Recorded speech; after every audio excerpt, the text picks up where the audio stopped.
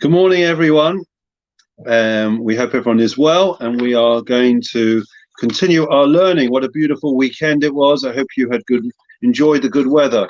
So, today's learning is dedicated in memory of Leah Bas Bible, Tzivia Bas Mordechai, Avram ben David Slavin, Shlomo ben Yisrael Morris, Eliezer ben Shmuel Teret, Eliezer Shalom ben Avram Shmuel Beres, Tzipora Fegela Bas Reuven Baruch, Shalom ben Eliali, Ben Bas Bible, from Shoshana Bas Yaakov Shmuel, and the Yortzeit Avram ben Yaakov Dov, and Yitzchak ben Tzvi Yehuda May, and Chena Chai Bas Moshe. Wish their respective families long life and only simchas. So, as we mentioned on Friday, we now begin a new chapter, the fifth chapter, which really is slightly different to everything that has come before it.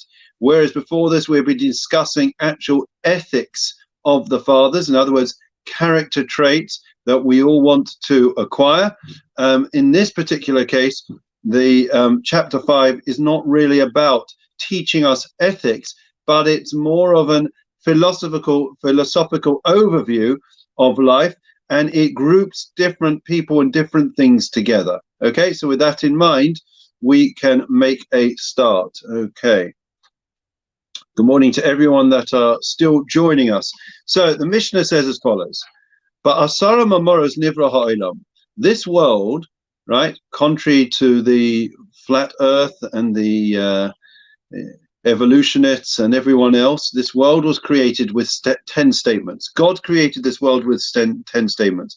What does it matter that there were 10 statements? God could have created the world with one statement, right? Could have said the world should be, that's it. We find 10 statements in Bereshit, in the chapter regarding the creation of the world. There are 10 statements there. Let there be light, right? Let there be darkness, let there be, right? Let there be man. So those are 10 statements, and when statements, we'll come to it in a minute, we'll come back to that. So he could have created it with one statement, so why did he do with 10?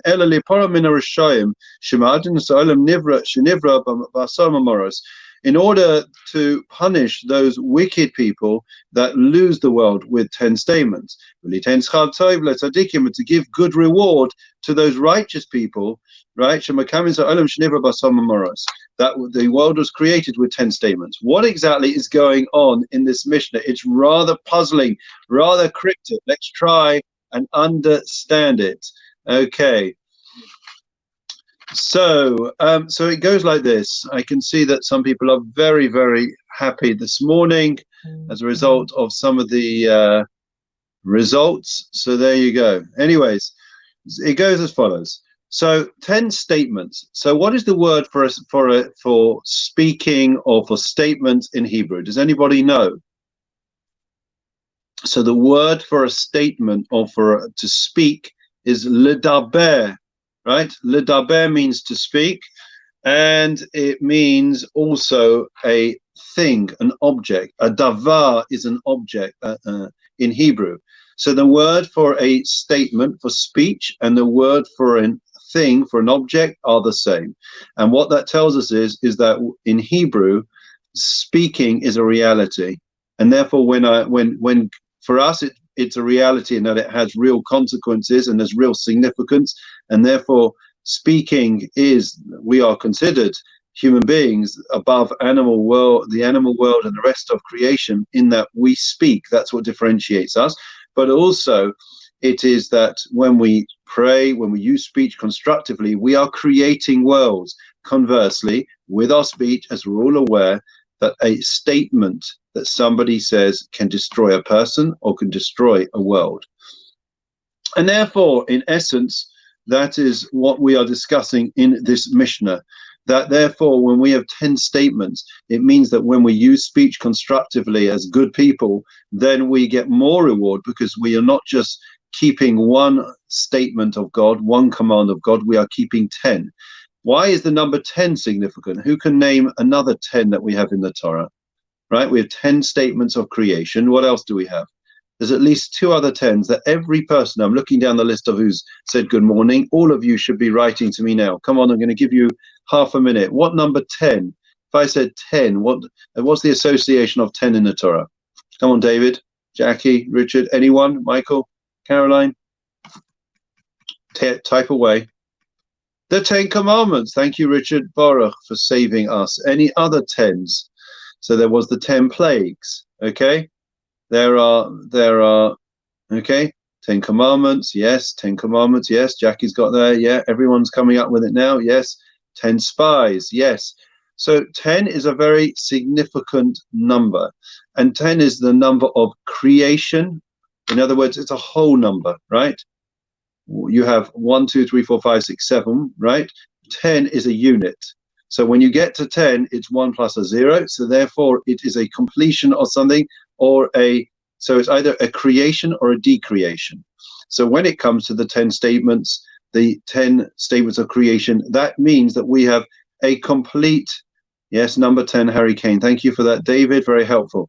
So 10 is the number of creation, in that we have, when the 10th statement was said about the creation of mankind, right? That means that the whole of the creation was there. Everything was whole and complete.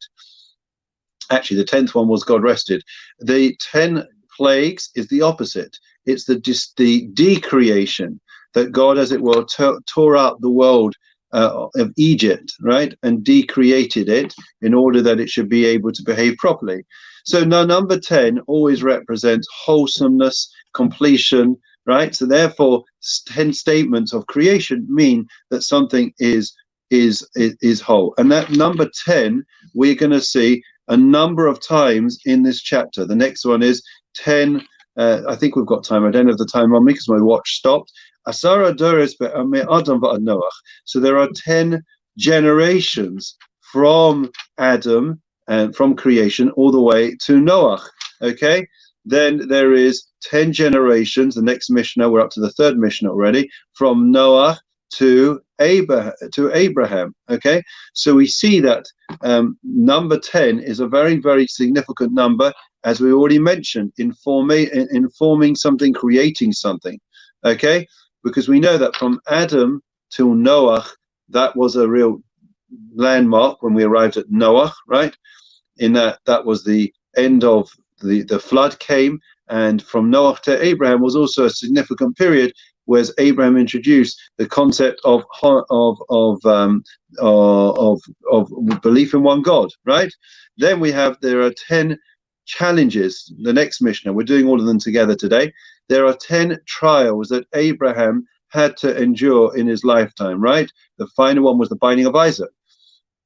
And there were 10 miracles that occurred to our forefathers. This is the 4th Mishnah, in Egypt, right? And there were 10 miracles that occurred at the sea. And there were the 10 plagues, as people have already said, right? So we'll carry on tomorrow, and it will then explain about these number 10. But the number 10 means that is the idea of completion of wholesomeness.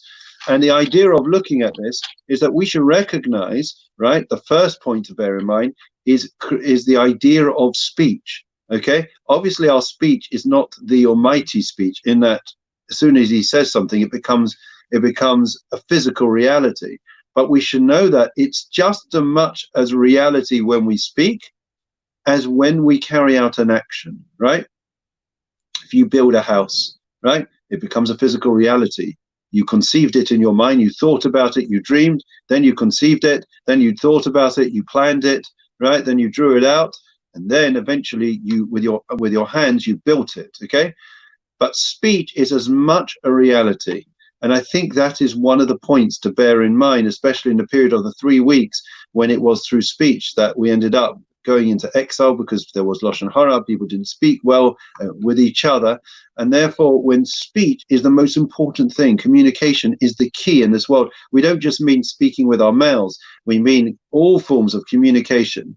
And so often we shoot off emails and correspondence, and sometimes it's worth just sitting overnight and thinking about it. Is that really what I want to say? Is that person going to misconstrue what I'm saying, right? And they always say, if you don't have something nice to say, then better not to say it. So it's an important area for us to work on our speech, right? If we use it constructively, then it becomes more and more powerful. Our prayers become more powerful. When we give a sincere compliment, it becomes more powerful. Conversely, if we misuse our speech, then nobody takes us seriously, and God doesn't listen to our prayers in the same way if the words are meaningless and empty. Okay, we're going to stop there. I hope it's interesting. It is a slightly different angle, not as practical as the previous chapters, but nonetheless, it is the 4th chapter, and we'll go through it. So, the Lord is my shepherd, I shall not want. He causes me to lie down in green pastures. He leads me beside still waters. He restores my soul. He leads me in the paths of righteousness for his name's sake. Even when I walk in the valley of darkness, I will fear no evil, for you are with me. Your rod and your staff, they comfort me. You set a table before me in the presence of my adversaries. You anointed my head with oil. My cup overflows. May only goodness and kindness pursue me all the days of my life, and I will dwell in the house of the Lord forevermore. Memorial prayer.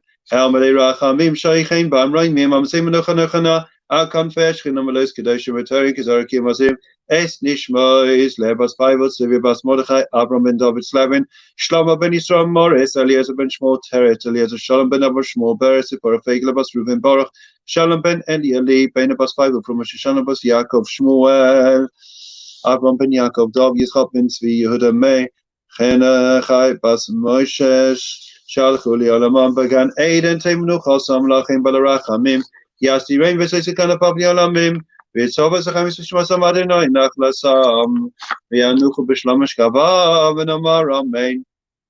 Before Shlema prayer we're going to make now, fresh news off the press that Israel has just allowed the yeshiva students like my son from around the world. They're going to be allowed back by September, which means that, please God, if the Ministry of Health has said so, then please God, things are improving in Israel. But nonetheless, still a tremendous number of people that need a refuah shlema, and we'll have them in mind now.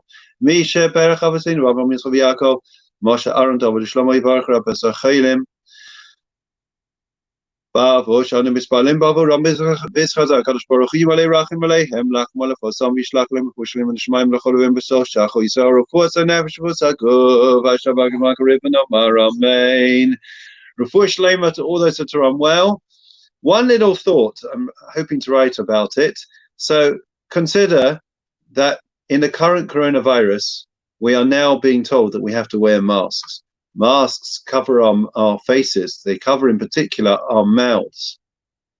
Arguably, in my humble opinion, the idea of the mask is that it's covering our mouths because our mouths arguably have misused the gift of speech in society and in the world that we live. And now it's becoming more and more difficult for us to speak to one another.